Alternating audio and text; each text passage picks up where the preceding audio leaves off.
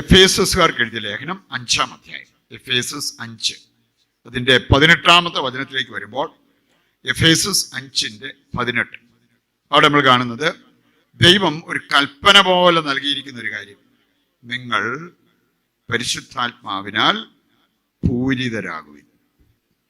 മനസ്സിലായോ? നിങ്ങൾ പരിശുദ്ധാത്മാവിനാൽ പൂരിതരാകുവിൻ. ഞാൻ English translation, be filled with the holy spirit. പരിശുദ്ധാത്മാവിനാൽ നിങ്ങൾ പൂരിതരാകുവിൻ. ഇതേക്കുറിച്ച് ബൈബിൾ പണ്ഡിതന്മാർ പറഞ്ഞത് it's a command, at the same time a promise. ദൈവം നമുക്ക് നൽകുന്ന ഒരു കൽപ്പനയാണ്, നിങ്ങൾ പരിശുദ്ധാത്മാവിനാൽ പൂരിതരാകുവിൻ. ദൈവം നമുക്ക് നൽകുന്ന വലിയൊരു വാഗ്ദാനമാണ്, നിങ്ങൾക്ക് പരിശുദ്ധാത്മാവിനാൽ പൂരിതരാകാൻ പറ്റും. ധ്യാനത്തിന്റെ തുടക്കത്തിൽ തന്നെ സൂചിപ്പിച്ച ഒരു വചനമാണ് കൊളോസസ് 3-ാം അധ്യായം 2-ാമത്തെ വചനം. കൊളോസസ് 3:2 അവിടെ പറഞ്ഞിരിക്കുന്നത്, നിങ്ങൾ ഉന്നതമായ കാര്യങ്ങൾ അന്വേഷിച്ച് ഉന്നതമായ കാര്യങ്ങൾ ലക്ഷ്യം വെച്ചുകൊണ്ട് ധ്യാനത്തിൽ മുന്നേറണം. എന്നെ വളരെ ചിന്തിപ്പിച്ച ഒരു സംഭവമാണ്. കരിസ്വാനിലൊരു ധ്യാനം, പകല് മാത്രമുള്ള ധ്യാനം. സാധാരണ അവിടെ താമസിച്ചുള്ള ധ്യാനങ്ങൾ ചിലർക്ക് എത്ര ആഗ്രഹം ഉണ്ടെങ്കിലും അവർക്ക് പറ്റിയില്ല. താമസിച്ച് ഒരു ധ്യാനം കൂടെ. അങ്ങനെയുള്ളവർക്ക് എന്തെങ്കിലും ആയിക്കോട്ടെ എന്ന് വിചാരിച്ചാണ് നമ്മൾ ഇടയ്ക്ക് അങ്ങനെ വന്നു പോകാവുന്ന ധ്യാനം. അങ്ങനെ ഒരു ധ്യാനത്തിൽ സംബന്ധിച്ച ഒരു സ്ത്രീ 5-ാം ദിവസം എല്ലാവരും, ഞങ്ങൾ കൈവപ്പ് പ്രാർത്ഥന നടത്തിക്കൊണ്ടിരുന്നു, ഞങ്ങൾ എല്ലാവരും ഈ സ്ത്രീയെ നോക്കി. കാരണം എല്ലാവരും അവരെ കസേരകളിൽ ഇരിക്കുകയോ മുട്ടുകുത്തിയോ നിൽക്കുകയോ ചെയ്ത സമയത്ത് ഈ സ്ത്രീ നിലത്ത് കിടന്ന് ഉരുളുക. എന്നിട്ട് അവിടെ കിടന്ന് അവര് യേശുവേ യേശുവേ ഇങ്ങനെ വിളിച്ചോണ്ടിരിക്കുക. കുറച്ച് കഴിഞ്ഞപ്പോൾ അവർക്ക് ഭാഷാവരം കിട്ടി. ഭാഷാവരത്തിൽ പോലെ പ്രാർത്ഥിക്കാൻ തുടങ്ങി. ലലലലാന്ന് പറഞ്ഞ് ഇങ്ങനെ ഒച്ചത്തിൽ ധ്യാനിച്ചുകൊണ്ടിരുന്നവരും ധ്യാനിപ്പിച്ചുകൊണ്ടിരുന്നവരും എല്ലാം ഇവിടെ വാച്ച് ചെയ്തു. കാരണം അങ്ങനത്തെ ഒരു സീനായിരുന്നത്. അഭിഷേക പ്രാർത്ഥന കഴിഞ്ഞ് ഞാനിങ്ങനെ നിങ്ങൾക്ക് അനുഭവം പങ്കുവയ്ക്കാൻ ഏതാനും പേർക്ക്, എല്ലാവർക്കും ഒന്നും പറ്റിയില്ലായിരിക്കും, ഉള്ള സമയം കൊണ്ട് ഏതാനും പേർക്ക് സാക്ഷ്യം പറയാം എന്ന് പറഞ്ഞു തീർന്നതേ ഞാൻ നോക്കുമ്പോൾ ഏറ്റവും പുറകിലിരുന്ന ഈ സ്ത്രീ അവിടെ നിന്ന് എഴുന്നേറ്റിട്ട് ഓടി വരിക. ഒന്ന് മൈക്കെടുത്ത് ആദ്യമേ തന്നെ അവൾ പറഞ്ഞ ഒരു കാര്യം, അവൾ പറഞ്ഞു, എൻ്റെ പേര് ഓമന, ഞാനൊരു ഹിന്ദുവാണ്. ഓമന, ഹിന്ദു സ്ത്രീ. എന്നിട്ട് അവൾ പറഞ്ഞത്, പ്രിയപ്പെട്ടവർ, ഞാൻ കാരണം നിങ്ങൾക്ക് ശല്യം വല്ലതും ഉണ്ടായെങ്കിൽ എന്നോട് ക്ഷമിക്കണേ, എനിക്കറിയില്ല എന്നാ സംഭവിച്ചത്. എന്നിട്ട് ഈ ഓമന അവളുടെ കാര്യങ്ങളൊക്കെ പറഞ്ഞ് അതിൻ്റെ അവസാനമായപ്പോൾ ഞാൻ കണ്ടതാണ്, കത്തോലിക്കലിരുന്ന് കരയുന്നു, അവരുടെ കണ്ണ് നിറഞ്ഞു. ഈ ഓമനയുടെ സാക്ഷ്യം കേട്ടിട്ട് നമുക്ക് വേണമെങ്കിൽ പാരമ്പര്യം പറയാനും മറ്റു പല നേട്ടങ്ങളെ കുറിച്ച് പറയാനും അങ്ങനെയുള്ള കാര്യങ്ങളൊക്കെ നമുക്കുണ്ടാകാം. നമ്മുടെ മക്കളെ നമ്മൾ എവിടെ എത്തിച്ചു, നമുക്ക് എത്രമാത്രം സമ്പത്തുണ്ടായി, സകല കാര്യങ്ങൾ നമുക്ക് വർണ്ണിച്ച് പറയാൻ പറ്റും. പക്ഷെ ഈ ഓമന ഹിന്ദു സ്ത്രീ അവർക്ക് കിട്ടിയ ബോധ്യത്തോടെ എത്ര പേര് ജീവിക്കുന്നു എന്നുള്ളത് ചിന്തിക്കുന്നത് നല്ലതാണ്. അവള് പറഞ്ഞു, എൻ്റെ പ്രിയപ്പെട്ടവരെ, ഞാനിവിടെ ധ്യാനിക്കാൻ വന്നത് 2 നിയോഗം വെച്ച. ഒന്ന്, എൻ്റെ ഭർത്താവിൻ്റെ കുടി മാറണം. 2, എൻ്റെ നടുവേദന ഒന്ന് മാറിക്കിട്ടണം. കൂലിവേലയ്ക്ക് പോയിക്കൊണ്ടിരുന്ന ഒരു സ്ത്രീയാണ് ഈ ഓമന. ഭർത്താവിൻ്റെ മദ്യപാനം, അതുകൊണ്ട് ഭർത്താവ് ജോലിക്ക് പോയാലും കിട്ടുന്നതൊക്കെ മദ്യപാനത്തിലേക്കാണ്. അത്യാവശ്യം വല്ലതും അരി മേടിക്കാനോ അങ്ങനെ കറിക്കുള്ളതോ വല്ലപ്പോഴും കൊടുത്തെങ്കിലായി, അല്ലെങ്കിൽ അതെല്ലാം പുള്ളിക്ക് കുടിക്കാനേ തികയത്തും. കുടിയന്മാർക്ക് പിന്നെ ഒരു പ്രത്യേകതയുണ്ട്, എപ്പോഴും കൂട്ടുകാരും ഉണ്ടാവും. അതുകൊണ്ട് എന്തേരം ഉണ്ടെന്ന് പറഞ്ഞാലും ഈ ഒരു മനുഷ്യൻ ഭാര്യ അവിടെ വിദേശത്ത് ജോലി ചെയ്ത് അയച്ചു കൊടുത്തോണ്ടിരുന്നു. ഓരോ മാസവും ഏതാണ്ട് 1.5 ലക്ഷം രൂപ വെച്ച് അയച്ചു കൊടുക്കും. അത് അവിടെ കഷ്ടിച്ച് ജീവിച്ചിട്ട് മീഗർ ലിവിങ്, ബാക്കിയെല്ലാം അയച്ചു കൊടുക്കുക. കുറേ വർഷം കഴിഞ്ഞപ്പോഴത്തേക്ക് അവർ പറഞ്ഞു, ഞാൻ ചേട്ടാ ജോലിയൊക്കെ നിർത്തിയിട്ട് ഞാനങ്ങ് പോരുവാ, ഇത്രയും മതിയല്ലോ, ഇത്രയും നാൾ നമ്മൾ തന്നതുകൊണ്ട് അവിടെ നമുക്ക് അത്യാവശ്യത്തിന് ജീവിക്കാനുള്ളതൊക്കെ ചേട്ടൻ സ്വരുക്കൂട്ടി വെച്ചിട്ടുണ്ടല്ലോ, അതുകൊണ്ട് നമുക്ക് അതുമായിട്ട് ഇനി ഒന്നിച്ചങ്ങ് ജീവിക്കാം. ഭർത്താവ് ചോദിച്ചു, തന്നെ നീ എന്നാ പറഞ്ഞു?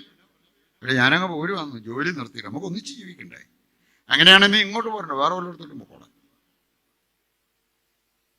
എന്നറിയാം, 1.5 ലക്ഷം രൂപ കൈ കിട്ടിയ പുള്ളിക്കും പുള്ളിയുടെ കൂട്ടുകാർക്കും കുടിച്ചു തീർക്കാനുള്ളതേ ഉള്ളൂ. ഒരു 10 പൈസ ഒരിടത്തും ഇൻവെസ്റ്റ് ചെയ്തിട്ടൊന്നുമില്ല. അത് ഞാൻ ചില മദ്യപാനികളുടെ സംഭവങ്ങൾ കേട്ടിട്ട് ഞാൻ ഓർത്തിട്ട്, എൻ്റെ ദൈവമേ, ഒറ്റയാൾ ഇതിൻ്റെ പിടിയിൽ അമർന്നിരുന്ന എന്തു നഷ്ടം അവർക്ക്, അതുപോലെ അവരുടെ കുടുംബത്തിന്.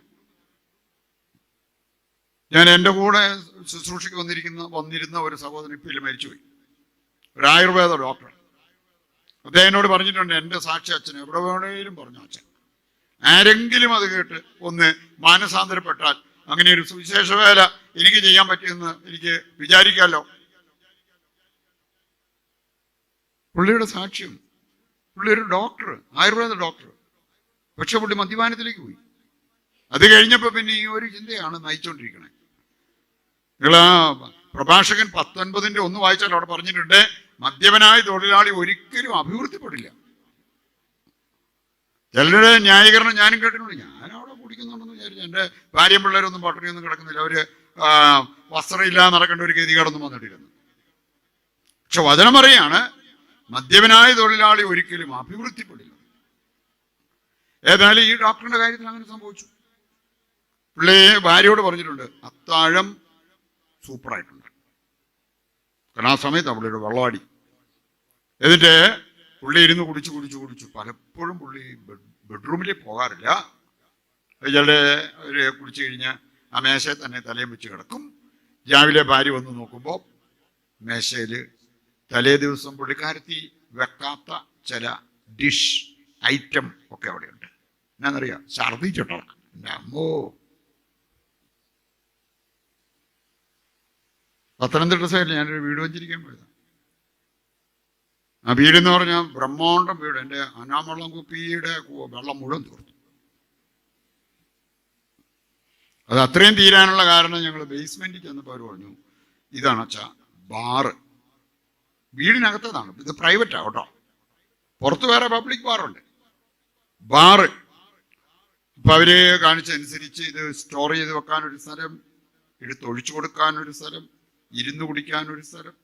ഇതെല്ലാം കഴിഞ്ഞപ്പോഴത്തേക്ക് അവർ കാണിച്ചു, ഇത് ഈ ബേസൻ വാള് വെക്കാനുള്ള ബേസിനാണ്. അപ്പം അങ്ങനെ കേട്ടതിനോട് ഞാൻ ഒന്നുകൂടെ ശ്രദ്ധിച്ചു. ആ ബേസിൻ്റെ പ്രത്യേകത എന്നാണെന്നറിയോ? ഇവിടെ സാധാരണ വാഷ് ബേസിനൊക്കെ അതിന് മുകളിലൊരു കമ്പിവേലി പോലെയുണ്ട്. കമ്പിവേല പോലെ ഈ ഉള്ളിയുടെ കഷ്ണമോ അല്ലെങ്കിൽ കരിയേപ്പലയോ ഒന്നും അകത്തോട്ട് പോയി ബ്ലോക്ക് ആക്കാതിരിക്കാൻ. വാള് വെക്കാനുള്ള ബേസിൻ്റെ പ്രത്യേകത, അതിന് കമ്പിവലിയൊന്നുമില്ല. അതും വലിയ കുഴലാണ്. കാരണം വാള് വെക്കുമ്പം വിത്ത് കഷ്ണമാണല്ലോ വാള് വെക്കുന്നത്, നേരെ തടസ്സമൊന്നും കൂടാതെ താഴോട്ട് പോകാൻ വേണ്ടി. അപ്പൊ ഞാൻ ഓർക്കായിരുന്നു, ഇവര് ആ വീട് വെച്ചപ്പോൾ തന്നെ അവരുടെ തലയ്ക്കകത്ത് കയറിയ ഒരാശയമാണ്, നമുക്ക് വാള് വെക്കാനുള്ള ഒരു ബേസിനും വേണം. ചില വീടിന്റെ അവസ്ഥ എനിക്കറിയാം. ഭാര്യ വീട് പണിയുടെ കാര്യം വന്നപ്പോഴേ അവർ പറഞ്ഞു, കിച്ചൺ എങ്ങനെ വേണം, താഴത്തെ മാർബിൾ എങ്ങനെ ഇരിക്കണം, മുകളിലത്തെ കിച്ചൺ ടോപ്പ് എങ്ങനെ ഇരിക്കണം, ഏത് തടിയായിരിക്കണം, സകലതും അവർ തീരുമാനിച്ചു. ഭർത്താവ് വേണമെങ്കിൽ ബാറിന്റെ കാര്യവും അത് എത്ര സ്ക്വയർ ഫീറ്റ് വേണം, അതെങ്ങനെയൊക്കെ ഇരിക്കണം, അത് ആലോചിച്ചു. 2 പിള്ളേരുണ്ടായിരുന്നു. അവർ 2 പേരും പറഞ്ഞു, എനിക്ക് വിത്ത് ബാൽക്കണി, വിത്ത് ബാത്റൂം, സെൽഫ് കണ്ടെയ്ൻഡ് റൂം, അങ്ങനെ ഒരു മുറി എനിക്ക് വേണം. 4 പേരും അങ്ങനെ പ്ലാൻ ചെയ്തു. ഒറ്റയെണ്ണത്തിന്റെ തലയ്ക്കകത്തൂടെ ഒരു ചിന്ത പോയില്ല. നമുക്ക് ഏതായാലും നമ്മൾ 10,000 സ്ക്വയർ ഫീറ്റിന്റെ വീട് വെക്കുമല്ലേ, നമുക്കൊരു കുഞ്ഞ് പ്രാർത്ഥനാ മുറി,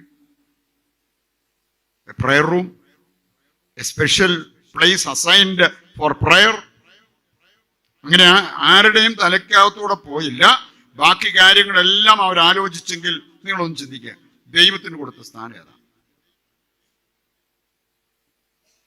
ഞാനിങ്ങനെ ഒരുപാട് സ്ഥലത്ത് പ്രസംഗിച്ചപ്പോൾ ചിലയിടത്തൊക്കെ ചെല്ലുമ്പോൾ ഞാൻ കണ്ടിട്ടുണ്ട്, ഒരു വീട് വെക്കുമ്പോൾ ഞാൻ പറഞ്ഞിട്ടുണ്ട്, നിങ്ങൾ 500 സ്ക്വയർ ഫീറ്റിൻ്റെ വീടാണ്, നിങ്ങൾ അടുക്കളയെ കൊണ്ടുപോയി കർത്താവിൻ്റെ രൂപം വെച്ചാലും കർത്താവിന് കുഴപ്പമൊന്നുമില്ല. പക്ഷേ 5000, 3000, 4000 ഇങ്ങനെയൊക്കെയുള്ള സ്ക്വയർ ഫീറ്റിൻ്റെ വീടുണ്ടാക്കാൻ പറ്റിയപ്പോൾ ഒരു ചെറിയൊരു പ്ലേസ്, ഒരു ചെറിയ റൂം പ്രാർത്ഥനാമുറിയായിട്ട് വെക്കാൻ നമുക്ക് തോന്നിയില്ലേ? ചിലര് ദൈവത്തിന് കൊടുത്തിരിക്കുന്ന സ്ഥലമാണ് വരാന്ത. അവിടെ ഒരു രൂപം, തിരുഹൃദയത്തിന്റെ രൂപം, തിരുക്കുടുംബത്തിന്റെ രൂപം അത് വെച്ചിട്ടുണ്ട്. പെരയ്ക്കകത്തൊക്കെ വേറെ പല സാധനങ്ങളും വെക്കാനുണ്ടെന്ന്, അതുകൊണ്ട് അവിടെയൊന്നും നമുക്ക് സ്ഥലം കളയാൻ പറ്റിയല്ല. കർത്താവിന് കൊടുത്ത സ്ഥാനം വരാന്ത. ഒരു ഗുണമുണ്ട് കേട്ടോ, സന്ധ്യയാകുമ്പം കഥ അടച്ച കർത്താവ് പുറത്ത്, നമ്മളകത്ത്. പിന്നെ അതിനകത്ത് എന്നെ ചെയ്താലും കുഴപ്പമില്ലല്ലേ? ദൈവത്തിന് കൊടുക്കേണ്ട സ്ഥാനം നമ്മൾ കൊടുത്താൽ, നിങ്ങൾ 1 സാമുവേൽ 2-ാം അധ്യായത്തിന്റെ 30-ാമത്തെ വചനം നമുക്ക് മറക്കാൻ പറ്റില്ല. അവിടെ പറഞ്ഞിട്ടുണ്ട്, എന്നെ ആദരിക്കുന്നവരെ ഞാനും ആദരിക്കും, എന്നെ നിന്ദിക്കുന്നവൻ നിന്ദിക്കപ്പെടും. അതാണ് വചനം പറയുക. ദൈവം നമ്മളെ ആദരിക്കണമെങ്കിൽ നമ്മൾ ദൈവത്തെ ആദരിക്കണം. വീട് വെക്കുമ്പോഴാണേലും, ഷോപ്പിങ്ങിന് പോകുമ്പോഴാണേലും, മക്കളെ കെട്ടിച്ച് വിടുമ്പോഴാണേലും, ഏത് കാര്യത്തിലാണേലും ദൈവത്തെ ആദരിച്ച് നിങ്ങളൊന്ന് ചെയ്തേ. ധ്യാനത്തിലൊക്കെ വന്ന് വചനം കേട്ട് ഒരുമാതിരി പരിവായി കഴിയുമ്പോൾ ഞാൻ പറയാറുണ്ട്, മക്കളെ നിങ്ങൾ ഈ വീട് വെക്കുമ്പോഴേ ഒരു കാര്യം ചെയ്യാവോ, 1 കോടിയുടെ വീടാ വെക്കുന്നെങ്കിൽ ചെറിയൊരു അഡ്ജസ്റ്റ്മെന്റ് നടത്തിയാൽ മതി. ഫ്രണ്ടിൽ വെക്കുന്ന വാതിലിന്റെ ഒരു ക്വാളിറ്റി ശക്കലിൽ ഒന്ന് കുറച്ചാൽ മതി, 1 ലക്ഷം രൂപ ലാഭിക്കാം. എന്നിട്ട് നിങ്ങളുടെ അടുത്ത് എവിടെയെങ്കിലും നമ്മൾ ഈ എവിടെ നോക്കി എന്ന് പറഞ്ഞാലും നമുക്ക് കിട്ടും കേട്ടോ. കിട്ടാതെ വരുവാണെങ്കിൽ ഞങ്ങളോട് പറഞ്ഞാൽ മതി, കാണിച്ചു തരാം. പാവപ്പെട്ടവരും വേണേ ഒരു മഴ നനയുമ്പോൾ, ഈയിടെ ഞങ്ങൾ ഒരു വീട്ടിൽ ചെന്നപ്പോഴത്തേക്ക് അവർ പറഞ്ഞു, എൻ്റെ അച്ഛാ ഞങ്ങളുടെ അവസ്ഥയെന്ന് പറഞ്ഞാൽ മഴ പെയ്യാൻ തുടങ്ങുമ്പോഴേ പാത്രം എല്ലാം പെറുക്കൊണ്ട് അവിടെ ഇവിടെ എല്ലാം വെക്കണം, മൊത്തം ചോർച്ചയാണ്. അങ്ങനെ ചോരുന്ന വീട്ടിൽ കഴിയുന്ന, അവർക്ക് അതൊന്ന് റിപ്പയർ ചെയ്യാനായിട്ട് നിവൃത്തിയില്ലാത്ത ഏതെങ്കിലും വ്യക്തി നിങ്ങളുടെ തൊട്ടയലോക്കത്തോ അല്ലെങ്കിൽ ഒരു 5 മൈൽ ചുറ്റളവില് ആരെങ്കിലും ഉണ്ടെങ്കിൽ തന്നെ കണ്ടെത്തുക. വീട് വെക്കുമ്പം ഇങ്ങനെ ഒരു കാര്യം ചെയ്തിട്ട് നിങ്ങൾ ബംഗ്ലാവ് വെക്ക്, അതിനകത്ത് കിടന്നാൽ ഉറക്കം വരും. അതിനകത്തിരുന്ന് ഭക്ഷിച്ചാൽ ആ ഭക്ഷണം ശരീരത്തിൽ പിടിക്കും. ആ വീട്ടിൽ നിങ്ങളുടെ മക്കളെ വളർത്തുമ്പോൾ ഒരു നേർവഴിക്ക് പൊക്കോളൂ. അല്ലെങ്കിൽ ചിലപ്പോൾ ഈ മക്കള് 5 ലക്ഷത്തിന് പകരം 1 ലക്ഷത്തിന് പകരം ചിലപ്പം 50 ലക്ഷം മുടിക്കുന്ന, അല്ലെങ്കിൽ നശിപ്പിക്കുന്ന, ദൂർത്തടിക്കുന്നത് നമ്മൾ കണ്ടിട്ട് നെഞ്ച് വേദനിച്ച് കഴിയേണ്ടി വരും. കാരണം നമ്മുടെ ദൈവത്തെക്കുറിച്ച് പറഞ്ഞിരിക്കുന്ന ഒരു കാര്യം, ദൈവം അനാവ്യം. അനാവ്യം എന്ന് പറഞ്ഞാൽ ഗാഡ് ഓഫ് ദ പുവർ, പാപങ്ങളുടെ ദൈവം.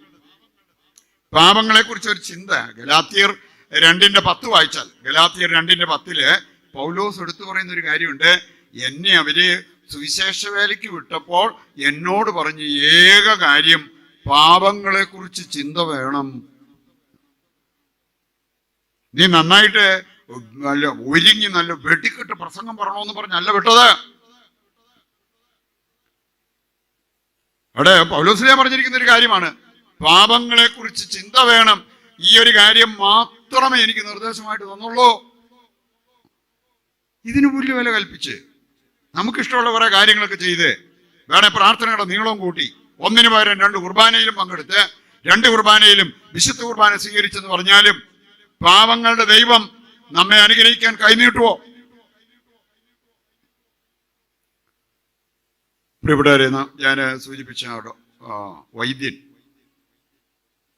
അദ്ദേഹം മദ്യപാനത്തിന്റെ അടിമത്തത്തിലായി കഴിഞ്ഞപ്പോൾ പുള്ളി ഭക്ഷണം കഴിച്ച് അവിടെ തന്നെ തലയും വെച്ച് കിടന്നുറങ്ങി. പലപ്പോഴും ബെഡ്റൂമിൽ പോലും പോയിട്ടില്ല.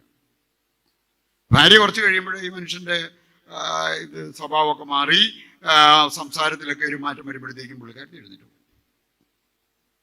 അത് പോയി കിടക്കും. ഇത് എപ്പോഴാ വരുന്നെന്ന് പോലും അറിയത്തില്ല. ഒരു ദിവസം ഈ പുള്ളി അടിച്ച് കോൺ തെറ്റി ഒരു വിധത്തിൽ തപ്പി ബെഡ്റൂമിൽ ചെന്നു. ഒരു വിധത്തിൽ തത്തിക്കേറി ബെഡേ കിടന്നു. ഭാര്യ അപ്പുറത്ത് കിടപ്പുണ്ട്. കുറച്ച് കഴിഞ്ഞപ്പോഴേ ഈ മനുഷ്യനൊരു ചിന്ത, അയ്യോ യൂറിൻ പാസ് ചെയ്യുന്നു, പോലെ കുടിച്ചിട്ടുണ്ടായിരുന്നു. മൂത്രശങ്ക.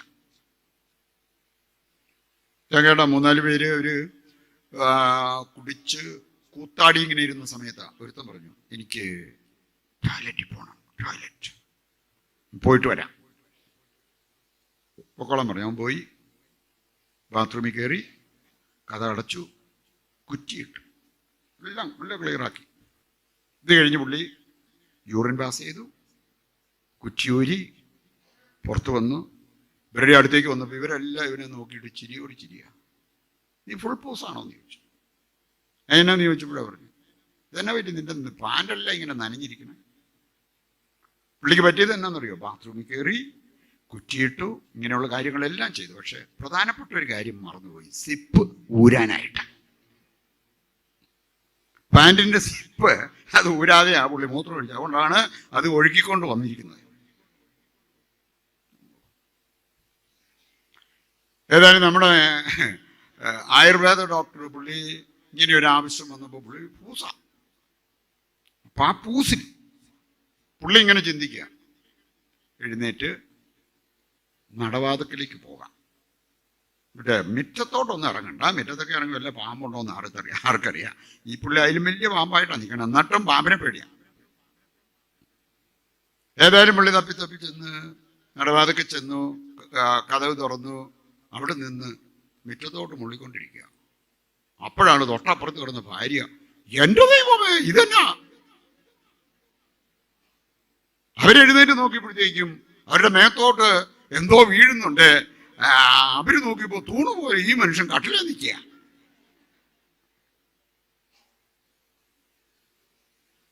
ഈ പുള്ളി പൂസ് കാരണം പുള്ളി വിചാരിച്ചു ഇങ്ങനെ നടക്കുന്നുണ്ട്, കതക് തുറക്കുന്നു, അവിടെ പോയി ഒഴിക്കുന്നു എന്നൊക്കെ. പക്ഷെ പുള്ളി കട്ടിലേ നിന്നോട്ട് തന്നെ ഒഴിച്ചു.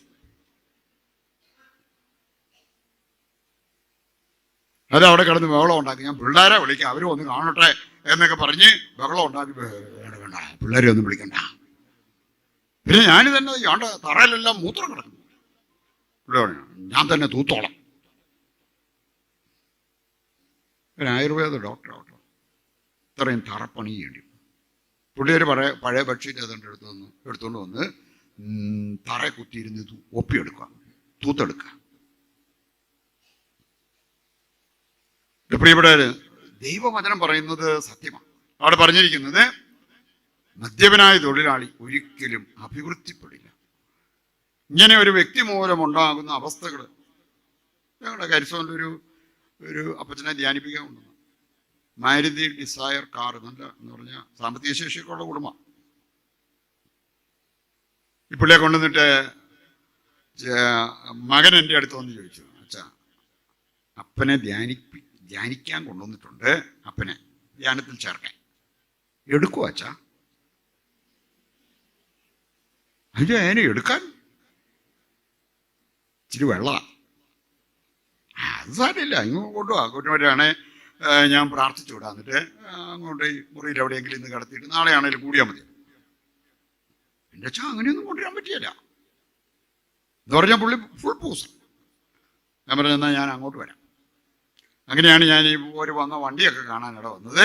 മാരുതി ഡിസയറിന് നല്ല വിലപിടിപ്പുള്ള വണ്ടിയൊക്കെയാണ്. ഞാൻ ചെല്ലുമ്പോൾ ഈ പുള്ളി നല്ല അടിവസ്ത്രമായതുകൊണ്ട് അത് ഊരിപ്പോയിട്ടില്ല, വേറെ ഒന്നുമില്ല. ഭാര്യ മുണ്ടുടുപ്പിക്കും, പുള്ളി പറിച്ചു കളയും. പിന്നെ കുറച്ച് കഴിഞ്ഞപ്പോഴത്തേക്കും പുള്ളി ഉടുപ്പിക്കാൻ നോക്കിയില്ല, മൂടിയിടാൻ നോക്കി. എന്നിട്ടും മാറ്റടി, കാറ്റൊക്കെ കയറണമെന്ന് പറഞ്ഞു. പ്രിയപ്പെട്ട ഞാൻ ചെന്ന് ഈ അവസ്ഥ കണ്ടോ, ഞാൻ അപ്പച്ച വ്ളോഗിട്ടിരുന്നതുകൊണ്ട് ഏതായാലും എന്നെ തെറിയൊന്നും പറഞ്ഞില്ല. അപ്പച്ച എഴുന്നേറ്റ് വാ. ഓയ്യോ, പുള്ളിക്ക് എഴുന്നേക്കാനൊന്നും പറ്റിയില്ലായിരുന്നു. പിന്നെ എല്ലാവരും കൂടെ 3-4 പേര് കൂടി പുള്ളിയെ ചുമന്ന് ഒരു മുറി കൊണ്ട് കിടത്തി. പിറ്റേ ദിവസം പതുക്കെ പൂസൊക്കെ വിട്ട് കഴിഞ്ഞപ്പോഴത്തേക്കും ക്ലാസ്സിനൊക്കെ വരാൻ തുടങ്ങി. 4-ാം ദിവസം മനുഷ്യൻ എൻ്റെ മുറി വന്നു. എന്നിട്ട് അദ്ദേഹം പറഞ്ഞൊരു കാര്യം, പുള്ളി പൊട്ടിക്കരയുക, അച്ഛാ എൻ്റെ ഈ നശിച്ച കുടി കാരണം ഞാൻ എൻ്റെ കുടുംബത്തിൽ ഒറ്റയാളെ പോലും ഞാൻ സ്നേഹിച്ചിട്ടില്ല അച്ഛൻ.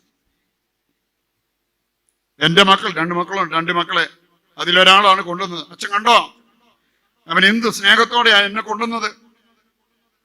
പക്ഷെ ഇവർക്കൊന്നും ഒരു സ്നേഹം കൊടുക്കാൻ എനിക്ക് പറ്റിയില്ല. കാരണം ഈ നശിച്ച കുടി, എനിക്കിതിനകത്തുനിന്ന് മോചനം കിട്ടണം. ഞാൻ തീരുമാനം എടുത്ത അച്ഛൻ എനിക്ക് വേണ്ടി പ്രാർത്ഥിക്കണം. പ്രിയപ്പെട്ടവർ, എൻ്റെ മനസ്സിൽ കൂടെ പോയ ചിന്ത, ആദ്യത്തെ ദിവസത്തെ പരുവം കണ്ടിട്ട് അയ്യോ ഇത് ചെറിയ കുടിയൊന്നുമില്ല, ഇത് കള്ളും വണ്ടിയാ, ഇതെങ്ങനെയാ ഇവിടെ ധ്യാനിപ്പിക്കാൻ എടുക്കാൻ പറ്റുക, കൊണ്ടുക്കോ എന്ന് പറഞ്ഞിരുന്നെങ്കിൽ എങ്ങനെ ഇരുന്നേനെ? ഒരിക്കലും നമ്മുടെ കുടുംബത്തിൽ ആരെങ്കിലും വഴിതെറ്റി ജീവിക്കുന്നത് കണ്ടാൽ പ്രിയപ്പെട്ടവർ, നമ്മൾ പ്രത്യാശ വെടിയരുത്. എനിക്കറിയാലോ, മോനിക്ക പുണ്യവതി 5 പേരടങ്ങുന്ന ഒരു കുടുംബം. ഈ സ്ത്രീ മാത്രം പ്രാർത്ഥിക്കുന്ന വ്യക്തി. അവരുടെ അമ്മായിയമ്മയെ കുറിച്ച് പറഞ്ഞ എന്താണെന്നറിയോ? മലീഷ്യസ് ലേഡി എന്ന് പറഞ്ഞ മലയാളത്തിൽ പറയാം, വിഷം. അങ്ങനത്തെ ഒരു ഐറ്റം ആയിരുന്നു അമ്മായിയമ്മ. ഭർത്താവ് വിജാതിയൻ എന്ന് പറഞ്ഞാൽ വിശ്വാസമില്ല, പ്രാർത്ഥനയില്ല, പള്ളിപ്പോക്കില്ല, അങ്ങനെ ഒരു അവസ്ഥ. വിജാതിയൻ. ചിലരൊക്കെ ചിന്തിക്കുന്ന എൻ്റെ ഭർത്താവ് മാനസാന്തരപ്പെടാതെ ഈ കുടുംബം രക്ഷപ്പെടാൻ പോകുന്നില്ല. ഇനി അത് സംഭവിക്കാതെ ഞാൻ കിടന്ന് നിലയും കുത്തി മറിഞ്ഞ് പ്രാർത്ഥിച്ചിട്ട് എന്താ കാര്യം? മോനിക്ക പുണ്യവതിയുടെ ഭർത്താവിന്റെ അവസ്ഥ, 2 മക്കളുണ്ടായി, 2 ആൺപിള്ളേര്, 2ഉം കുഴ തെറ്റിയ കേസായിരുന്നു. വിശ്വാസമോ പ്രാർത്ഥനയോ ഭക്തിയോ ഒന്നുമില്ലാത്തതുണ്ട്. നമ്മളൊന്ന് ചിന്തിച്ച്, നമ്മളാരെങ്കിലും ഇങ്ങനെയുള്ള 4 പേരുടെ നടുക്ക് ജീവിക്കുകയാണ്, എങ്ങനെയിരിക്കും നമ്മുടെ മനസ്സ്? മോനിക്ക പ്രാർത്ഥന അങ്ങ് തുടങ്ങി. അതുകൊണ്ടാണ് നിങ്ങൾ 1 പത്രോസ് 3-ാം അധ്യായം 1 മുതൽ വായിച്ച 1 പത്രോസ് 3-ാം അധ്യായം 1 മുതൽ, ഭാര്യമാരെ, ഭർത്താവ് വചന വഴിയെ പോകുന്ന വ്യക്തി അല്ലെങ്കിൽ നീ അവനെ നേടിയെടുക്കേണ്ടത് നിന്റെ സംസാരം കൊണ്ടല്ല, നല്ല പെരുമാറ്റം കൊണ്ട്. ഇത് ഭാര്യമാരുടെ ചങ്കിലൊന്ന് പതിഞ്ഞെങ്കിൽ പല കുടിയന്മാരും മണ്ട കൂടി നിർത്തി.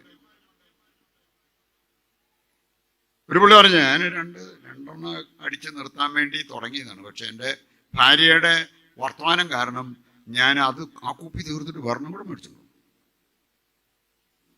അങ്ങനെ വരുത്തേണ്ട കാര്യം ഉണ്ടായിരുന്നു. നിങ്ങളവിടെ കിടന്ന് ചാടുകയും തുള്ളുകയും വഴക്ക് പറയുകയൊക്കെ ചെയ്തതിൻ്റെ പേരിൽ ഈ മനുഷ്യൻ കൂടി നിർത്തിയോ? റോമ 12:21 വായിച്ചാൽ, റോമ 12:21 അവിടെ പറഞ്ഞിരിക്കുന്നത്, നന്മ കൊണ്ട് തിന്മയെ കീഴടക്കാൻ പറ്റും.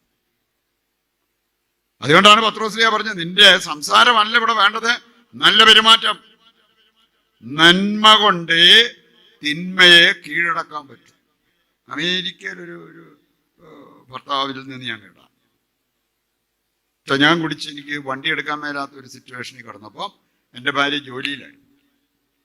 ഞാൻ അവൾക്ക് ഫോൺ വിളിച്ചായിരുന്നു, ഫോണിൻ്റെ കട്ടയൊക്കെ കാണാമായിരുന്നു. ഫോൺ വിളിച്ച് അവളോട് പറഞ്ഞു, എടി നീ വരുമ്പോൾ, ജോലി കഴിഞ്ഞ് വരുമ്പോൾ ഒരു പാക്കറ്റ് സിഗരറ്റൂടെ മേടിച്ചോണ്ട് വരും.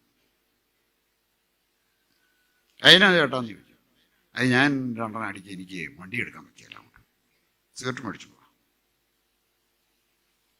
ആ പുള്ളിക്കാരത്തി സിഗരറ്റ് മേടിച്ചു കൊണ്ടുവന്ന് കൊടുത്തു. ഇവിടെ ഇരിക്കുന്ന സ്ത്രീകള് വിരലെണ്ണം കാണുമോ? ഇങ്ങനെയൊരവസ്ഥ ഉണ്ടായ ഇതായിരിക്കും നിങ്ങളുടെ മനസ്സിലൂടെ. കുടിച്ച് ഊത്താടി കിടന്നിട്ട് നിങ്ങൾക്ക് വലിക്കാൻ ഇനി ഞാൻ സിഗരറ്റ് കൂടെ മേടിച്ചോണ്ട് വരണം, അതല്ല ആയിരിക്കില്ല നമ്മുടെ മനസ്സിൽ കൂടെ പോണ ചിന്ത. ഈ പുള്ളിക്കാരത്തി മേടിച്ചു കൊടുത്തു. ആ മനുഷ്യൻ ഇന്ന് കുടിയില്ല, വലിയില്ല. കാരണം ആ മനുഷ്യൻ പറഞ്ഞത് സാധാരണ സ്ത്രീകൾ ചെയ്യുന്ന കാര്യമാണ്. അന്നെങ്ങാനും ഈ രീതിയിൽ പ്രതികരിച്ച് എന്നോട് സംസാരിക്കാറുണ്ടെങ്കിൽ ഒരുപക്ഷെ എൻ്റെ ആയുഷ്കാലത്ത് ഞാൻ എൻ്റെ കുടിയോ വലിയോ നിർത്തില്ല. നന്മ കൊണ്ട് തിന്മയെ കീഴടക്കാൻ പറ്റുമെന്ന് വചനത്തിൽ പറഞ്ഞിരിക്കുന്ന വെറുതെ ഒന്നുമല്ല. അത് ഏറ്റെടുത്ത് പ്രവർത്തിച്ച വ്യക്തികൾക്ക് അതിൻ്റെതായിട്ടുള്ള ഫലങ്ങൾ കാണാൻ പറ്റിയിട്ടുണ്ട്. ചിലരെ എനിക്കറിയാം, എല്ലാ വർഷം 2 ധ്യാനം കൂടും. എന്തിനാണെന്നറിയോ? പ്രാർത്ഥിക്കാൻ. ആ ധ്യാന ദിവസങ്ങളിൽ പൊടിപൂരം പ്രാർത്ഥന.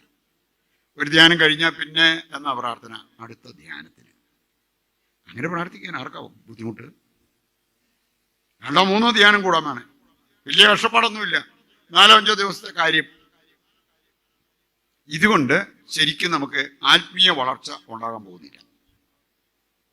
ആത്മീയ വളർച്ചയെക്കുറിച്ചൊന്ന് ചിന്തിച്ച് അതിനുള്ള പടവുകൾ താണ്ടാനുള്ള ഒരു പ്രചോദനം കിട്ടാൻ വേണ്ടിയാണ് നമ്മൾ വചനം കേൾക്കേണ്ടത്.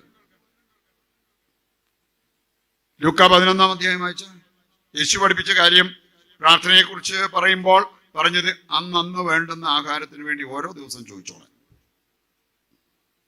പതിവുണ്ട് ഡെയിലി മെയിൻ്റനൻസ്. ഞങ്ങളുടെ സഭയിലൊരു അച്ഛനുണ്ട്. അച്ഛനെ എനിക്കറിയാം, ഞങ്ങളുടെയൊക്കെ റക്ടറായിട്ടിരുന്നാണ്. അച്ഛൻ ഈ ഷേവ് ചെയ്യുമ്പോൾ സോപ്പ് പോലും ഉപയോഗിക്കാറില്ല. മുഖം കഴുകുന്ന കൂടെ പുള്ളി അങ്ങ് ഷേവ് ചെയ്യും, വർഷങ്ങളായിട്ട്.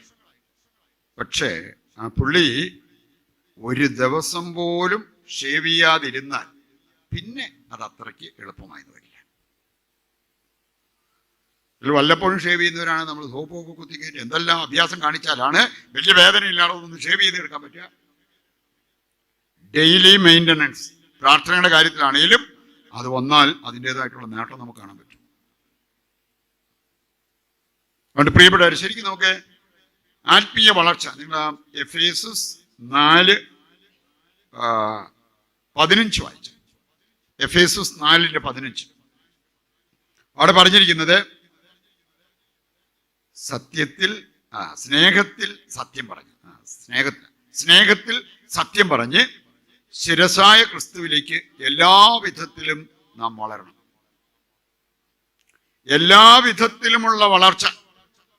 ഞാൻ പറഞ്ഞത് നമ്മുടെ മക്കളെ ആണെങ്കിലും വളർത്തുമ്പോഴത്തേക്ക് എല്ലാ വിധത്തിലുമുള്ള വളർച്ച നമുക്ക് ലക്ഷ്യമാക്കണം. അല്ലാതെ ഇറച്ചിക്കോഴി വളരുമ്പോൾ അങ്ങനെ ശരീരം മാത്രം വളരാൻ അനുവദിച്ചാൽ പോരാ, ബുദ്ധി മാത്രം വളരാൻ അനുവദിച്ചാൽ പോരാ. നമുക്ക് എല്ലാ വിധത്തിലുമുള്ള വളർച്ച. നമ്മുടെ മക്കളെ പ്രാർത്ഥിക്കാനൂടെ പഠിപ്പിക്കണേ, സ്നേഹിക്കാൻ പഠിപ്പിക്കണേ, നന്മ ചെയ്യാൻ പഠിപ്പിക്കണേ. കാരണം ഇവിടെ പറഞ്ഞിരിക്കുകയാണ് ശിരസായ ക്രിസ്തുവിലേക്ക് എല്ലാ വിധത്തിലും നാം വളരണം. ഈ വളർച്ചയ്ക്ക് ആവശ്യമായിട്ടുള്ള ചില കാര്യങ്ങളാണ് നമ്മൾ കണ്ടത്. നമുക്ക് പ്രാർത്ഥന വേണം, വചനം വേണം, നമ്മുടെ കൗദാശിക ജീവിതം വേണം, ശുശ്രൂഷ ജീവിതം വേണം. ഇങ്ങനെയുള്ള കാര്യങ്ങളെല്ലാം നമ്മൾ കണ്ടു. പ്രിയപ്പെട്ടവരെ, ഇതെല്ലാം സാധ്യമാകണമെങ്കിൽ വളരെ വളരെ പ്രധാനപ്പെട്ട ഒരു കാര്യമാണ് പരിശുദ്ധാത്മാഭിഷേകം. പരിശുദ്ധാത്മാഭിഷേകം കത്തോലിക്ക സഭയുടെ മതബോധന ഗ്രന്ഥം പരിശുദ്ധാത്മാവിനെ കുറിച്ച് പറഞ്ഞിരിക്കുന്നത് എന്താണെന്നറിയാം? പരിശുദ്ധാത്മാവെന്ന് പറഞ്ഞാൽ ദൈവത്തിൻ്റെ ഒരു ഫ്രീ ഗിഫ്റ്റ്. ഫ്രീ ഗിഫ്റ്റ്, അതാണ് പരിശുദ്ധാത്മാവ്. പക്ഷെ ആ കൂടെ സഭ കൂട്ടിച്ചേർത്തൊരു കാര്യമുണ്ട്, ഫ്രീ യെറ്റ് പ്രഷ്യസ് ഗിഫ്റ്റ്. വളരെ പ്രധാനപ്പെട്ട ഒരു സമ്മാനം, ദൈവം നമുക്ക് നൽകുന്ന ഒരു സമ്മാനമാണ് പരിശുദ്ധാത്മാവ്. ഈ പരിശുദ്ധാത്മാവിനെ ദൈവം വാഗ്ദാനം ചെയ്തിട്ടുണ്ട്. ഈ പരിശുദ്ധാത്മാവിനെ നമ്മൾ പ്രാപിച്ചു കഴിഞ്ഞാൽ നമ്മുടെ ജീവിതത്തിൽ ഉണ്ടാകാവുന്ന നേട്ടങ്ങൾ നിരവധിയാണ്. ഫ്രീ ഗിഫ്റ്റ് ആയതുകൊണ്ട് ചിലർക്ക് വലിയ മെയിച്ചൊന്നുമില്ല. ഫ്രീ ആയിട്ട് ഞാൻ പറയാറുണ്ട്, നിങ്ങൾ കരിസ്മാരി വന്ന ആരെങ്കിലും ബൈബിളില്ലെന്ന് പറഞ്ഞാൽ ഫ്രീ ആയിട്ട് അവർക്ക് മേടിക്കാൻ നിവൃത്തിയില്ലാത്തവരാണ് കൊടുക്കും. പക്ഷേ ചിലടത്ത് നമുക്ക് കാണാൻ സാധിക്കും, ഫ്രീ ആയിട്ട് എന്തെങ്കിലും കിട്ടുന്നുണ്ടാൽ വേണ്ടതിലും ഒരു മേടിച്ചു. ചുമ്മാ നിസ്സാരം ഒരു നോട്ടീസാണേലും ഫ്രീ ആണ്, വേണ്ടവർക്ക് എടുക്കാന്ന് പറഞ്ഞ് ഞങ്ങളുടെ കൂടിയാണ് അമ്മയും മകളും കൂടി അപ്പുറത്തിരിക്കുകയാണെങ്കിൽ ഇപ്പുറത്തിരിക്കുകയാണ്, അമ്മ മകളോട് പറയും നോട്ടീസിങ് എടുത്തു. അവളുടെ അടുത്ത് കൊടുത്തു, ഒരെണ്ണം കൂടി എടുത്തു. അമ്മയ്ക്ക് വേണ്ടിയാണെന്ന് ഓർത്ത് കൊടുത്തു, ഒരെണ്ണം കൂടി എടുത്തു. എന്തിനാ അമ്മേ? ഫ്രീ അല്ലേ എടി, എടുത്തോ. അങ്ങനെ തിണ്ണേ വല്ലോ കോഴി കാഷ്ടിക്കുവാണ്, തൂത്ത് കളഞ്ഞില്ല, ഫ്രീ അല്ലേ എടുത്തോ.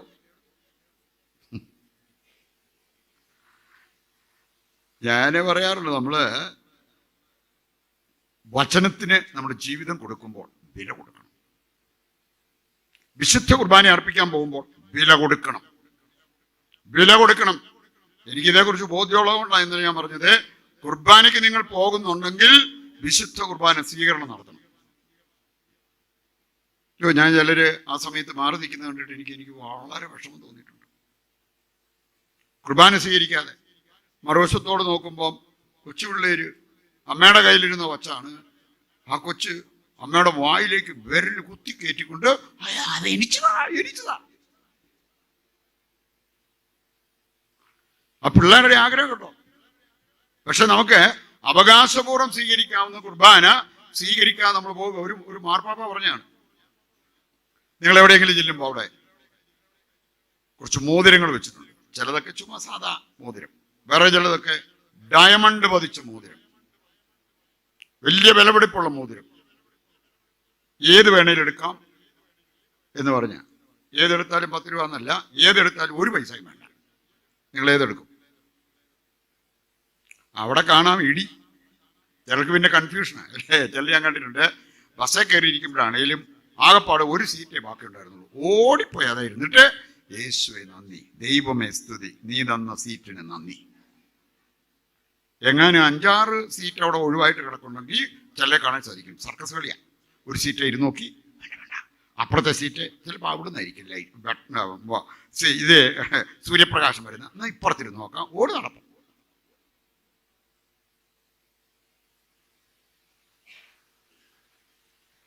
എൻ്റെ പ്രിയപ്പെട്ടവരെ, ശരിക്കും നമുക്ക് ഈ പരിശുദ്ധാത്മാവിൻ്റെ വില നമ്മൾ മനസ്സിലാക്കിയാൽ, വിശുദ്ധ കുർബാനയുടെ വില മനസ്സിലാക്കിയാൽ, ദൈവവചനത്തിൻ്റെ വില നമ്മൾ മനസ്സിലാക്കിയാൽ നമ്മൾ വില കൊടുക്കും, ത്യാഗമെടുക്കും. അതുകൊണ്ടാണ് ഞാൻ പറഞ്ഞു, ഇത് ഫ്രീ ഗിഫ്റ്റ് ആയതുകൊണ്ട് ഇതിനൊരു മീച്ചമില്ലാത്തൊരവസ്ഥ ഉണ്ടാകരുതേ. പരിശുദ്ധാത്മാവ് നമ്മുടെ ജീവിതത്തിൽ വന്നു കഴിഞ്ഞാൽ ഉണ്ടാകാവുന്ന നേട്ടങ്ങളെ കുറിച്ച് കത്തോലിക്ക സഭ നമ്മളെ പഠിപ്പിക്കുന്നുണ്ട്, ദൈവവചനം നമ്മളെ പഠിപ്പിക്കുന്നുണ്ട്, വിശുദ്ധര് നമ്മളെ പഠിപ്പിക്കുന്നുണ്ട്. നമ്മളതൊന്ന് മനസ്സിലാക്കി കഴിഞ്ഞാൽ ഈ പരിശുദ്ധാത്മാഭിഷേകത്തിന് വേണ്ടി നമ്മൾ ആഞ്ഞു പ്രാർത്ഥിക്കും. ഞാൻ സൂചിപ്പിച്ച ഓമന വന്നിട്ട് അവൾ സൂചിപ്പിച്ച ഒരു കാര്യം ഇതാണ്: ഞാൻ വന്നത് എൻ്റെ ഭർത്താവിൻ്റെ കുടി മാറാനും എൻ്റെ നടുവേദന മാറാനും വേണ്ടി. 4-ാം ദിവസം ഞാൻ ധ്യാനം കഴിഞ്ഞ് തിരിച്ച് വീട്ടിൽ ചെന്നപ്പോൾ ഒരു കാര്യം എനിക്ക് മനസ്സിലായി. 50% എങ്ങും എത്തിയിട്ടില്ല എന്ന് പറഞ്ഞാൽ ഭർത്താവിൻ്റെ കുടി എങ്ങും എത്തിയിട്ടില്ല. പുള്ളി അടിച്ചു കൊണ്ടിട്ട് അവിടെ കിടപ്പുണ്ട്. 2 നിയമങ്ങളിൽ ഒന്നാണ് ഭർത്താവിൻ്റെ കുടി മാറുക. 4-ാം ദിവസമായിട്ട് ഒരു മാറ്റവും ഭർത്താവിന് വന്നിട്ടില്ല. ഓമനയുടെ നടുവേദനയ്ക്കാണെങ്കിലും പ്രത്യേക മാറ്റം വന്നതോ അല്ലെങ്കിൽ ആരെങ്കിലും അവിടെ സന്ദേശം കൊടുത്തൊന്നുമില്ല. ഏതായാലും ഓമന തീരുമാനിച്ചു 5-ാം ദിവസം കൂടെ പോവാം. അന്ന് വന്ന് ഉച്ചയ്ക്ക് മുമ്പ് ഒരു ക്ലാസ് ഉണ്ട് പരിശുദ്ധാത്മാവിനെ കുറിച്ച്. ഈ ക്ലാസ് ഓമനയെ സ്പർശിച്ചു. ചില ഞങ്ങളുടെയുണ്ട് ധ്യാനത്തിന് വന്നിട്ട് അവസാനത്തെ മണിക്കൂറിൽ പോലും ഒരനുഭവം ഇല്ലാതിരുന്നിട്ട് അവസാനത്തെ ആരാധനയുടെ അവസാനം ദിവ്യകാരുണ്യം ഉയർത്തി ആശീർവദിച്ച സമയത്ത് അത്ഭുതകരമായ അനുഭവമുണ്ടായ വ്യക്തികൾ സാക്ഷ്യപ്പെടുത്തിയത് ഞാൻ കേട്ടിട്ടുണ്ട്. വെറുതെ അല്ല, മത്തായി 10:22 പറഞ്ഞിട്ടുണ്ട്, അവസാനം വരെ നമ്മൾ പിടിച്ചു നിൽക്കണം, അവസാനം വരെ നമ്മൾ സഹിച്ചു നിൽക്കണം, അവസാനം വരെ നമ്മൾ പ്രത്യാശയിൽ തുടരണം. അങ്ങനെയുള്ളവരുടെ മേൽ കർത്താവ് വർഷിക്കുന്ന അനുഗ്രഹം വളരെ വലുതാണ്. അവനെ പറഞ്ഞു, ഞാൻ ആ സമയം തുടങ്ങി എൻ്റെ പ്രാർത്ഥനയ്ക്കൊരു മാറ്റം വന്നു. അതുവരെ എപ്പം പ്രാർത്ഥിക്കാൻ പറഞ്ഞാലും നിങ്ങളുടെ നിയോഗം സമർപ്പിച്ചോ എന്ന് പറഞ്ഞാൽ ഉടനെ ഓമന പറഞ്ഞുകൊണ്ടിരുന്നു, എൻ്റെ ഭർത്താവിൻ്റെ കുടി മാറ്റണേ, എൻ്റെ നടുവേദന മാറ്റണേ, എൻ്റെ ഭർത്താവിൻ്റെ കുടി മാറ്റണേ, എൻ്റെ നടുവേദന മാറ്റണേ. പക്ഷെ ഈ സ്പർശനം കിട്ടിക്കഴിഞ്ഞപ്പോൾ ഓമനയുടെ പ്രാർത്ഥനയ്ക്ക് മാറ്റം വന്നു. ഓമന പ്രാർത്ഥിക്കാൻ തുടങ്ങി, ഈശോയെ എനിക്കും പരിശുദ്ധാത്മാവിനെ വേണം, എനിക്ക് കിട്ടുപോവാ, ഞാൻ ഹിന്ദുവല്ലേ, എനിക്ക് കിട്ടുപോവാ, പക്ഷെ എനിക്കും പരിശുദ്ധാത്മാവിനെ വേണം. അങ്ങനെ അന്ന് ഉച്ച കഴിഞ്ഞ് ആരാധനയുടെ സമയത്ത് പ്രാർത്ഥിച്ചുകൊണ്ടിരുന്നപ്പോൾ ഓമനയ്ക്ക് ഒറ്റ വിഷയം ഉണ്ടായിരുന്നുള്ളത്, പരിശുദ്ധാത്മാവിനെ കിട്ടണം, പരിശുദ്ധാത്മാവിനെ തരണേ. അങ്ങനെ പറഞ്ഞ് പ്രാർത്ഥിച്ചുകൊണ്ടിരുന്നപ്പോഴാണ് ഓമനയ്ക്ക് ഒരു പ്രത്യേക അനുഭവം ഉണ്ടായി. ഓമന ചാടി മുട്ടുകുത്തി. അത് കഴിഞ്ഞ് പിന്നെ ഓമന നിലത്ത് കിടന്ന് ഉരുളുകയും ഇതുപോലെ വാവിട്ട് കരയുക.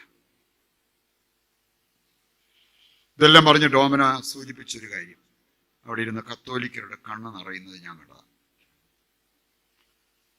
എൻ്റെ പ്രിയപ്പെട്ടവരെ, ഞാൻ ആഗ്രഹിച്ചതുപോലെ എൻ്റെ ഭർത്താവിൻ്റെ കുടിയും മാറി, എൻ്റെ നടുവേദനയും മാറിയെങ്കിലും ഇന്നിവിടെ കിട്ടിയ ഈ അഭിഷേകം എനിക്ക് കിട്ടാതെ പോയെങ്കിൽ ഞാൻ ഇത്രയും സന്തോഷവതിയാകില്ലായിരുന്നു. ഓമന പറഞ്ഞ്, ഞാൻ എൻ്റെ കണ്ണ് നിറയുന്നുണ്ട്, പക്ഷേ ദുഃഖത്തിൻ്റെ വേദനയുടെ കണ്ണുനീരല്ല, ആനന്ദ കണ്ണീർ. അത് കിട്ടാനുള്ള കാരണം, അത് പൊടിയാനുള്ള കാരണം എനിക്ക് ഈ പരിശുദ്ധാത്മാവിൻ്റെ അഭിഷേകം, എനിക്ക് പരിശുദ്ധാത്മാവിനെ കിട്ടി.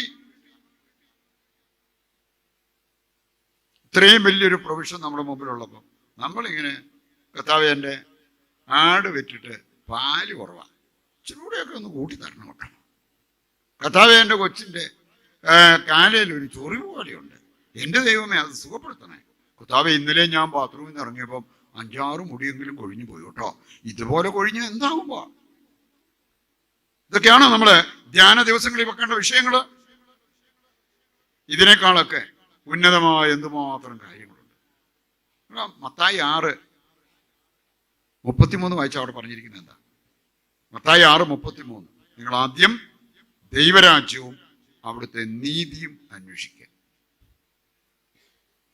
ഞങ്ങൾ ഇന്നൊരു വീട്ടിൽ ചെന്നപ്പോഴത്തേക്ക് അവര് ഈ ചമ്മന്തിപ്പൊടി ഉണ്ടാക്കി. അത് ഉണ്ടാക്കുന്നത് എങ്ങനെയാണെന്നൊക്കെ ഉണ്ടാക്കിയ ആള് പറയുണ്ടായി. സാധാരണ തേങ്ങ കൊപ്രായാക്കിയിട്ട് അത് വെയിലത്ത് വെച്ച് ഉണങ്ങി അത് കൊത്തി അരിഞ്ഞ് ഏതാണ്ട് കുറച്ച് രീതികളൊക്കെ പറഞ്ഞു. നിങ്ങൾ ചെയ്തിട്ടുള്ള കാര്യമായിരിക്കുമല്ലോ ഈ തേങ്ങ വെട്ടി കൊപ്രായാക്കി ആട്ടിക്കാൻ കൊണ്ടുപോയിട്ടില്ലേ? സാധാരണ നമ്മൾ എന്തിനു വേണ്ടിയായി ചെയ്യുക? കൊപ്ര ആട്ടിക്കുന്ന നല്ല ശുദ്ധമായ എണ്ണ കിട്ടും. മേടിക്കണം നമുക്കറിയത്തില്ല. അതുകൊണ്ട് അങ്ങനെ ശുദ്ധമായ എണ്ണയ്ക്ക് ഒരു ചാൻസ് ഉണ്ടെങ്കിൽ നമ്മൾ അതിന് പോകും.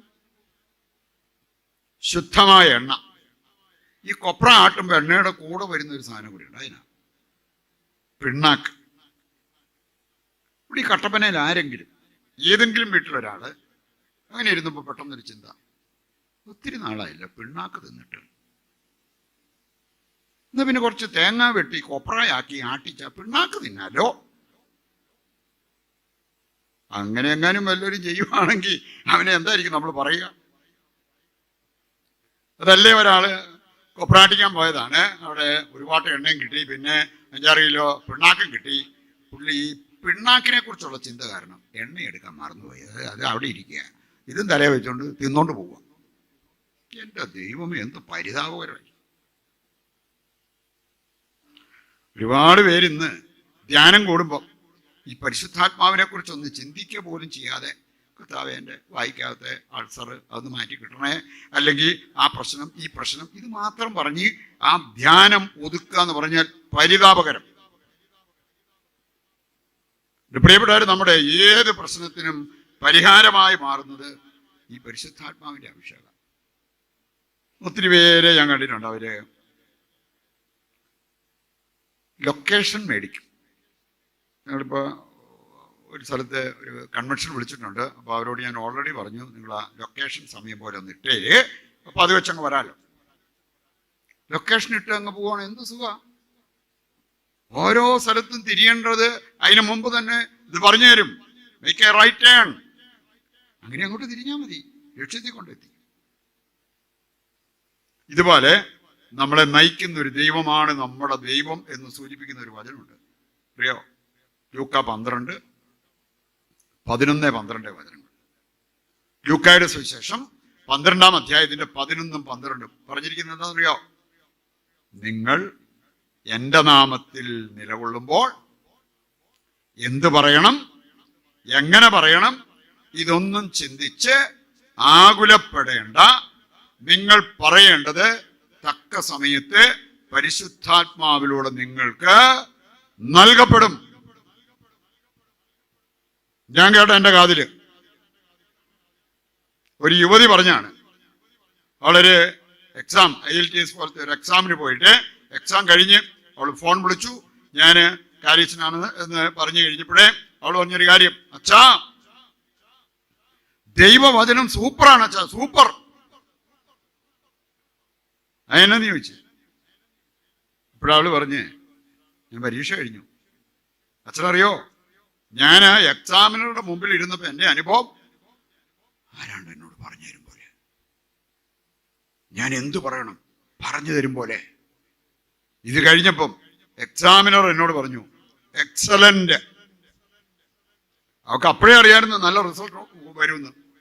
ഇവിടുന്ന് അമേരിക്കയിലുണ്ട്, അമേരിക്കയിൽ ജോലി ചെയ്ത് ഒരു കുഴപ്പമില്ല, സന്തോഷമായിട്ട് പോവുക. ഇത്രയും വലിയ പ്രൊവിഷൻ നമ്മുടെ മുമ്പിൽ ദൈവം വെച്ചിട്ട് അതൊന്നും എടുത്ത് ഉപയോഗിക്കാതെ നമ്മളിങ്ങനെ തലയ്ക്ക് അല്ലെങ്കിൽ പുകഞ്ഞ് അസ്വസ്ഥപ്പെട്ട് ഇഷ്ടംപോലെ ആൾക്കാരെ കാല് വെന്ത നായ പോലെ ഓടി നടക്കുന്നവരെ കാണാൻ പറ്റും. എന്ത് ടെൻഷനാ ടെൻഷൻ. ടെൻഷൻ. ആ ടെൻഷന്റെ ഗുളികക്കൊക്കെ എന്നാ വിലയാണെന്നറിയോ? ഒരുപാട് ടെൻഷൻ കയറി ഇന്ന് അനാവശ്യമായിട്ട് ഇങ്ങനെ മരുന്ന് കഴിക്കേണ്ടി വരുന്ന അവസ്ഥയുണ്ട്. നിങ്ങൾ ആ മത്തായിയുടെ സുവിശേഷം 6-ാം അധ്യായം 25 മുതൽ വായിക്കുമ്പോൾ, മത്തായി 6:25 മുതൽ ദൈവപരിപാലനയെ കുറിച്ച് പറഞ്ഞിരിക്കുന്ന ഒരു വചനഭാഗം. അവിടെ പറഞ്ഞിരിക്കുന്നത് എന്താ? മക്കളെ, ദൈവമക്കളെ, നിങ്ങള് ആകാശത്തിലേക്കൊന്ന് നോക്കിക്കേ, പക്ഷികളെ കാണുക. അവ വിതയ്ക്കുന്നില്ല, കൊയ്യുന്നില്ല, കളപ്പുരയിൽ ശേഖരിക്കുന്നില്ല. നമ്മൾ ഒരു വർഷം തന്നെ പല വിളവെടുപ്പ് നടത്തി എല്ലാം കൊണ്ട് കളപ്പുര വെച്ചിട്ട് നമുക്ക് ഭയങ്കര ടെൻഷൻ. വയലിലെ ലില്ലികളെ ഒന്ന് നോക്കിയേ. വയലിലെ ലില്ലി ബ്യൂട്ടി പാർലറിൽ പോകുന്നുണ്ടോ? ഫേഷ്യലിംഗ് നടത്തുന്നുണ്ടോ? ഇതൊന്നുമില്ല. എന്ത് മനോഹരമായിട്ട് ദൈവം അവരെ പരിപാലിക്കുന്നു. ദൈവം അവരെ അലങ്കരിച്ചിരിക്കുന്നു. നമ്മുടെ വീടിനകത്തെ ലില്ലിയുടെ കാര്യമോ? ഇത് വയലിലെ ലില്ലിയുടെ കാര്യമാണ്. ദൈവ പരിപാലനം നമ്മൾ അനുഭവിച്ച് പരിശുദ്ധാത്മാവിലൂടെ ദൈവം വാഗ്ദാനം ചെയ്തിരിക്കുന്ന ഈ കാര്യങ്ങൾ ഏറ്റെടുത്ത് ജീവിതത്തിൽ മുമ്പോട്ട് പോകാൻ നമ്മൾ പഠിച്ചാൽ നമ്മുടെ ജീവിതം എന്ത് സുഗമമാണ്, എന്ത് മനോഹരമാണ്. അത് നമ്മൾ നഷ്ടമാക്കരുത്.